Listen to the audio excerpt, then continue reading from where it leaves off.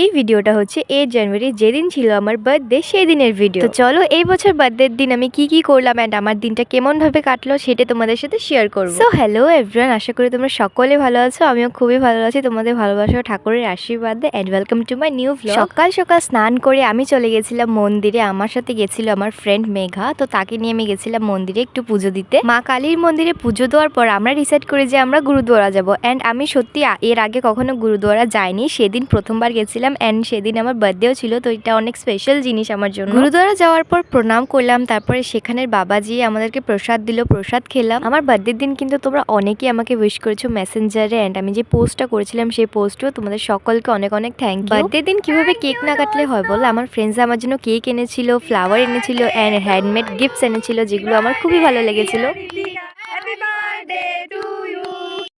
Cake cutting করার পর আমি কেকটা প্রথমে নিজেকেই খাওয়ালাম, তারপরে সবাইকে খাওয়ালাম, তারপর আমরা সবাই মিলে কেক খেলাম। কেক খাওয়ার পর আমরা সকলে একটু ফটোস এন্ড ভিডিওস ক্লিক করে নিলাম, তারপর আমরা খেলাম চকলেটস এন্ড দেন আমরা চলে গেলাম আলুর চাট খেতে। সত্যি কথা বলতে বার্থডে সেলিব্রেশনটা বড় করে না হলেও এই ছোট ছোট এফর্টস গুলো কিন্তু ম্যাটার করে অনেকটা। দেখা হচ্ছে আবার একটি নতুন ভিডিওর সাথে। Thanks for watching, tata, follow for more.